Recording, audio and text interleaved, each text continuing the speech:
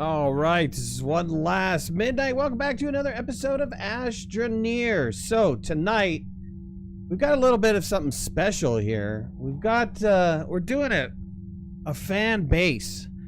This is our first major showcase fan base. I mean, we've done a couple other like racetracks and stuff like this, but I don't think we've ever really done like a base, you know, something that was meant to be a base and was built to be a base. I think most of the stuff that we've kind of featured have been like fan tracks, you know, or tracks that have been built by the team. But this is the most epic base I have ever seen. And I got to bring these boys in, but ultimately it was Ron, Kilmowski, Josh, and Zensight that put this thing together. And they worked for about 280 hours. I don't know if that was like together total or if that was just a total, right? So here I am in the base. Let me bring the boys in and we can start talking about this because it's pretty impressive. Ron, how you doing tonight? Doing well. Hope everyone else is also. Inside, how you doing?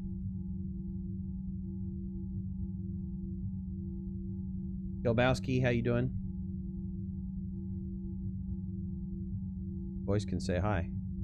Hi. Hi. I guess they left, huh? They're all like, it's not my cue yet. I'm leaving. All right. So much for live television for those guys. Sorry. There he is. Hey, Zen. Hey, Zen, how you doing? And then Kilbowski will show up sooner or later. So this is it. And I can't even begin to describe it, and I'm not going to describe it because that is not my job. So tonight, Ron will start off, and he will start talking about this most epic of epic bases. Gentlemen, if I interrupt you guys, it's because I have a question. So I know you guys have kind of something that you planned on saying or that's scripted out, but I might interrupt you just because I want to understand, and I think maybe other people would want to understand exactly what's happening. So Ron, why don't you tell us about this behemoth that you call the Armageddon? So I would like to welcome everyone to this base. This base is the results of a challenge that we've been running. Hold on. Can you guys hear us all 5x5? Can you hear Ron and Zen and Kilmowski? I don't think Kilmowski said anything. Can you hear 5x5? Yeah, I'm here. Yeah, I'm waiting for you guys to respond. 5x5, excellent. Okay, sorry, Ron. Go right ahead. Very good. So we had been running challenges on the Patreon server, doing different things just to try to enhance the gameplay for Astroneer. And one of the things we had started doing was trying to figure out how to come up with ways of displaying resources. You know, we tried canisters in line and putting the canisters on the 10-slot large platform sitting on medium storage. And, we went through a lot of iterations. And finally, we came up with the challenge. And the challenge was this. The challenge was to not have a home base on Silva or even use resources past the point of leaving for Atrox. Once on Atrox, a fully automated factory must be built for all resources, natural, refined, and composite, and it must all be auto-sorted.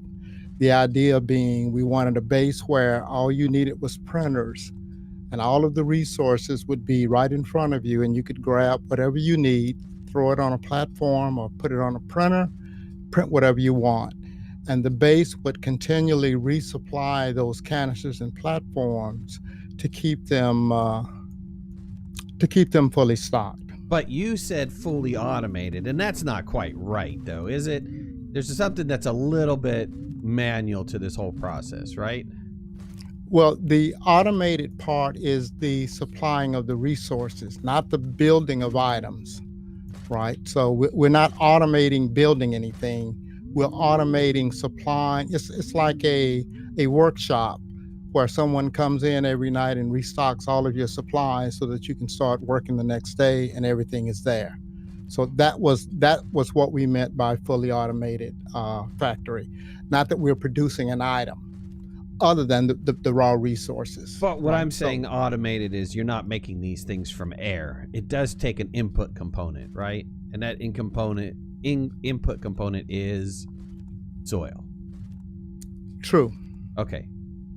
All right. True. The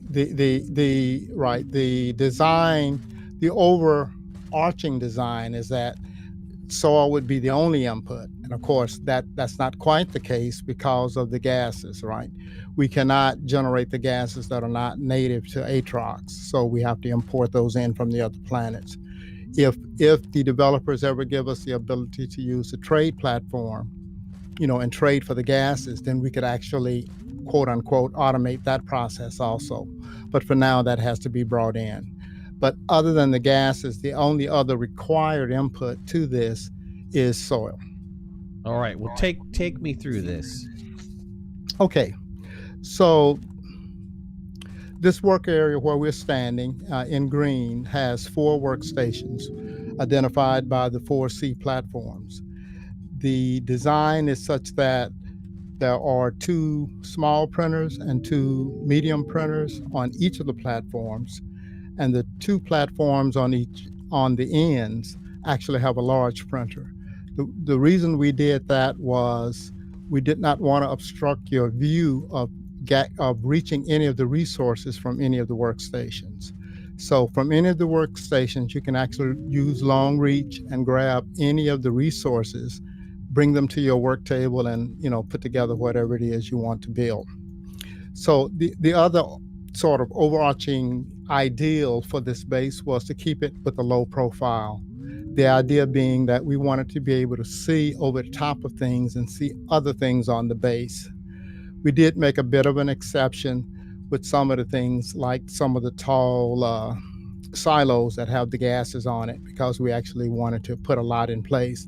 But other than that, from just about any spot on the base as out to the render distance of the game, you can see the other machinery. So we have the work area here.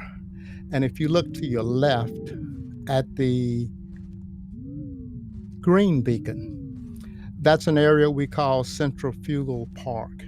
That is where we produce the low-level resources using centrifuges. To the right of that is an orange beacon. Hold on. Do we want to go over there, or are we going to talk about that? We're going to do that later. Okay. This is just a layout of the whole base. You got it. The orange beacon is Trader Joe's. That's where the trade platforms are located. We do trading to get the mid-level resources.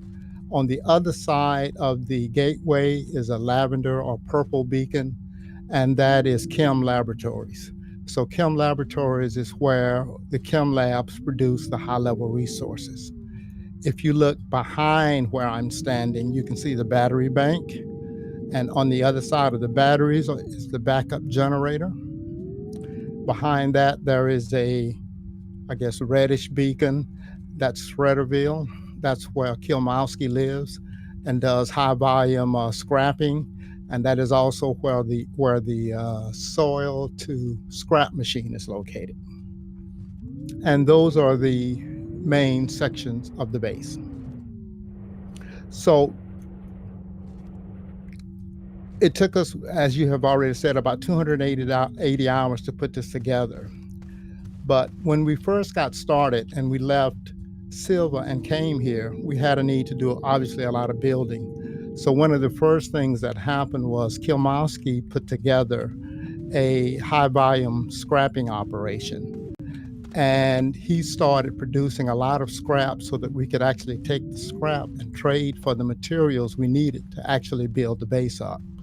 So between him and Josh collecting resources, we were able to, sort of jumpstart ourselves.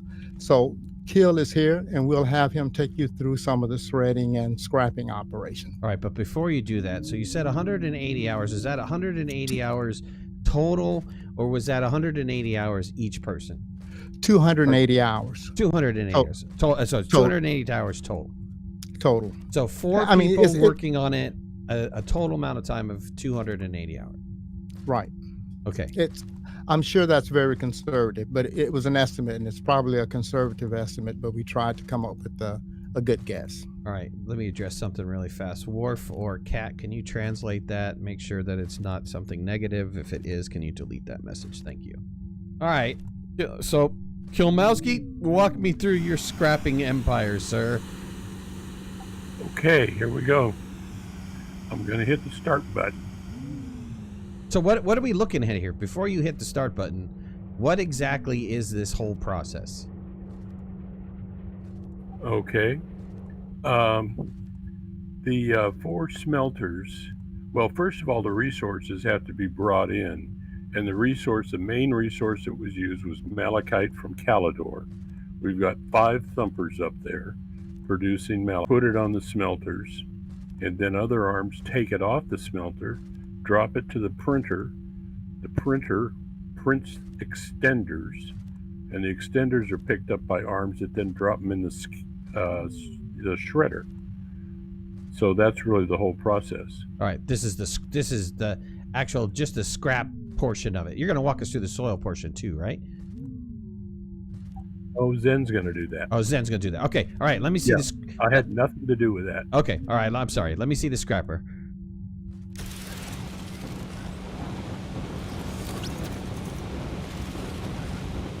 Yeah, I want to give proper credit. My typical scrapping operation has 3 smelters. Ron, because of the fact that the smelters were the slowest part of the process, decided that we needed a 4th, and he came up with this double arm solution here in front. So the arm closest to us grabs copper coming off the front 2 smelters, the 2 left smelters, and the back arm grabs them off a platform that another arm is picking up off the other 2 smelters. Yeah, you know what? Hold on a second here. Hold on a second. Sure. Are all you guys, did you guys refresh? Are you all seeing buffering? This might have not been the best night to do this live stream with the election and everything. If the buffering gets really too bad, then what we'll probably do is we'll reschedule this for another night. But just let me know. I hit refresh and the buffering has seemed to have gone away for me. Let me know after you hit refresh if you're still getting a lot of lag or not. Okay, so 4 auto arms. This is the last thing I heard. Well, there's 4 down here by the shredders, because the other thing we shred, although we didn't do it much this time, is sphalerite for repeater buttons. That's the other option instead of extenders. But extenders are the best. It's almost a 1-for-1, 1 extender for 1 piece of scrap. Well, it is 1-for-1, unless they changed it, right? It's exactly 1-for-1. Well, yeah, it's very close. Okay, so you're saying it's not 1-for-1 anymore. This is pretty impressive. So these guys are shuttling this stuff away. Now back here, if you'll follow me around the side. Yep. Here we have a platform that doesn't seem to be working right now. But these arms that are here on this side platform used to be a large canister that I would have to manually manage. And Ron came up with this automated solution where the scrap is taken off of this storage and passed down, if you'll follow me. Ron, can you troubleshoot this really fast so we can see what's going on? Maybe the arm just needs to be shut on and off again?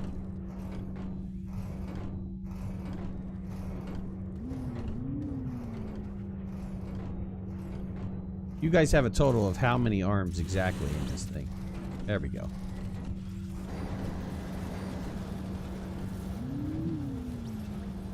Last count, it was about 350. 350 arms. All right. All right, so this process takes the scrap whereabouts?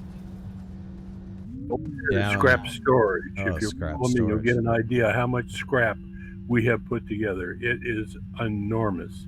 And as I've told you before, I am a grinder, so I actually like scrapping. And this has been a monstrous effort.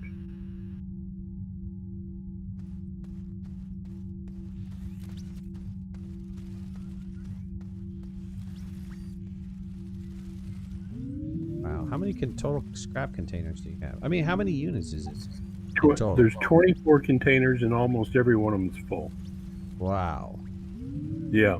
And if you see where I'm standing now, this is the start of the line that takes the scrap from here, from the storage area, and starts it around the base when one of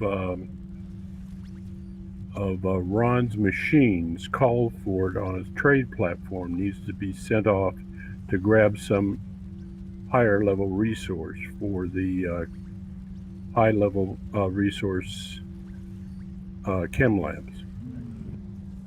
Okay, so scrap is getting transported over for the high level resources for the chem labs, and what you're trading for. You're trading over there as well, right? Is what you're saying. Yeah, it's called. If you follow that line, and I don't know if Ron's going to take you around it or not, but it goes almost all the way around the base. Okay, gotcha. Just the back of the base. Gotcha. And if you'll come over here, there's one last scrapping place that Ron built, and it's his automated scrapping that uses crystal and zinc. So he sends off a trade rocket for the sphalerite, and he smelts it, and he uses soil, of course, for the crystal, and he makes scrap with that. We have not used that much because of the soil. It takes you only get 8 pieces of scrap profit out of 1 medium canister of soil. So we used it at the start to help get going, but then we dropped it. And it's sitting here ready to go if it needs to again. But as you can see, I think I've seen that setup before. So what happens is soil goes in, you create quartz that gets converted into. Well, why don't you walk me through it, Ron? Or who's going to walk me through that process? Just press the button, Phil, just and we'll watch it. I think it's set and ready to go. I'll talk through it when you kick it off. All right. Can we shut the scrap machines off behind us, though? They're pretty loud.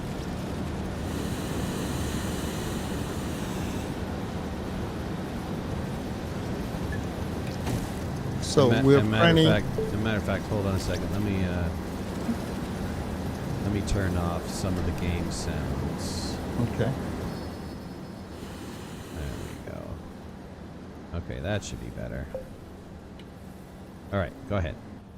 Okay, so the soil centrifuge is actually taking soil from the soil reserves and printing out. It's that particular centrifuge is on automatic, so it's continually printing or spinning up. I shouldn't say printing. Where's the spinning soil? up quartz. Where's the soil reserves? Over here? The soil reserves are right. If you can see the silos with the soil canisters on them. Yep, we sure do. Okay. Yep. So there's a line of arms, and you can see the soil line also running around the base. Okay. So we're taking soil from there, printing up quartz. Okay. We're taking the quartz and putting it on a platform where there's a printer that's going to mix it with the zinc that's coming off the smelter. And then it's printing out, what are we printing? Buttons, or I think we're quartz, so we're doing storage sensors. And then the arm is picking up the storage sensors and putting them into the shredder. The shredder will produce the scrap. And the platform where the output of the scrap is, there are 2 arms looking at it. One of them is feeding the trade platform. The other one is the actual profit from the operation. It only kicks on when the platform goes full. When the platform is full, that arm will crank up and empty it as fast as it can. It typically gets about 8 pieces off of it. And as Keel said, that takes about that takes about a canister of soil to get the 8 pieces. When it's not picking it up, it fills up a platform behind the smelter with 4 pieces, which triggers us to load the trade platform, launch it, and when it returns, we'll take the 8 pieces of sphalerite off and process them through the 3 smelters that are there. producing zinc, and then the whole process just continues. Continues on, right? And so the net Right. gain of that is what? What's the percentage? Eight pieces of scrap for, excuse me, 8 pieces of, 8 pieces of scrap for 1 canister of soil. Okay. Now, obviously, at the beginning, the machine has to be primed, right? Because it won't do anything unless it's got some zinc to start with. So it takes about 8 pieces of zinc to prime it. But from then on, it'll just continue to run as long as you feed it soil. And it will eat your lunch on soil. We have the machine actually running slowly. There is a speed switch on it. And we have it just for the demonstration purposes. Normally, it runs much faster. And it goes through your soil much faster also. So wait, can you shut this process off? I noticed that this process is actually causing lag on my side. There's something with these buttons that is causing some sort of lag. It's probably the auto arms. The fact that this machine is running, all of the auto arms on those lines are running. Oh, all of them are running? Every single one? All of them are running. I see. The line, those lines do not have any sensors on them to tell that there's something, and it doesn't matter. Even if they had something on them, they would still always run because there's always something to be passed along. So what happens is once he shuts this machine off, those arms, this section of the base will power down the arms because it doesn't need anything anymore. So hopefully your lag is gone. Yeah, for sure. I don't get the hiccup anymore. All right. Well, that's interesting. So you guys abandoned this because it really wasn't that effective, right? No. We stopped using it because of the other issues that I'll talk about later with soil. Right. It just requires so much soil, and there's a negative impact to gathering a lot of soil on this planet. All right. Well, what's the next piece? Okay, here? the next one is going to introduce Zen, who's going to come down and talk to you about the automated sorting system, and I think also the soil centrifuge area where we produce the low-level resources like resin, compound, etc. So All right. Zen, get away. Oh, thank you. Can you come and join me, please, in the work area? I am right behind you. Actually, I'm floating with the arrow. Though my body is somewhere else, but you should see the little arrow camera floating around. Anyways, right behind you. Okay, so I'd like to first start off with our sorter. So we actually designed an auto sorter to replenish the display area here that you can see in the work area. And we've also set it up so it actually triggered those automated machines to actually replenish and bring in the resources from the machines in the back. So if I was to take like a resin or so,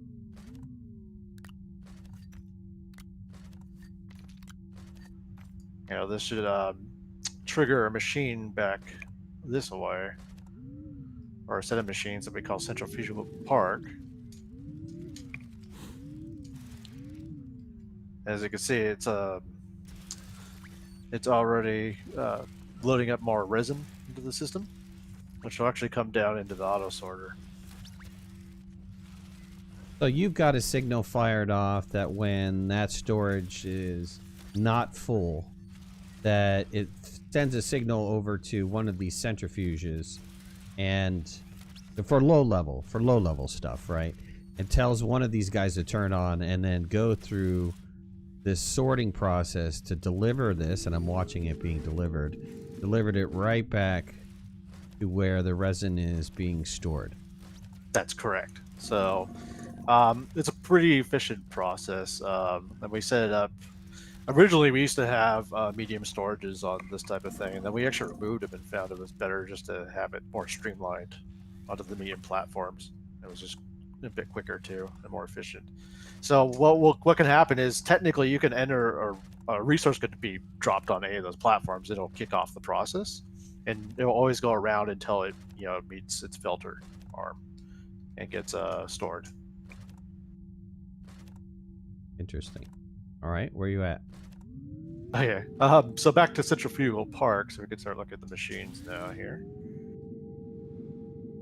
So as you can see, all of the low-level resources we have being spun out here from the soil, and you notice that the soil coming down over here through that whole network that we have going on around the base. Okay, we didn't really touch the soil network, but a little bit in the first quartz zinc process. Over there is storage for soil, so that's the soil that's pulling from, right? That's correct. So that soil gets introduced to the whole network around the base, and this is one of the points, obviously, where it gets delivered to. Okay. And then it would be moved in through here to this whole central set of arms. Obviously, I just got some soil in my backpack. And then it gets replaced here and filtered out back around, and the empty canisters get collected and redistributed back to the network. Interesting. Okay. The other thing we do at Centrifugal Park on the edge here is we automatically smelt the clay and turn it right into ceramic, because obviously there's no purpose for clay itself. Right. We also have a smelter to smelt glass. Let's address that. So how does the clay get back into the system? The clay is just part of that whole distribution process. It goes into the this outer line over here and moves into the central sorter. Is that correct? That's right. Okay. So yeah, unlike the other ones that will go kind of directly injected into the system, it gets bypassed a little bit, right? Kind of abstracted out to the smelter, and then from the smelter platform, it will go back into the system, be sorted. Okay, hold on a second. For everybody that's experiencing bandwidth issues, actually, Grayson has a great idea. Go back 5 minutes and start watching from there. And that way, what you'll be doing is you won't be trying to catch it live. You'll be catching the recorded, and it'll run pretty smoothly for you. All right, go ahead, Zen. Yeah, no worries. So obviously we have the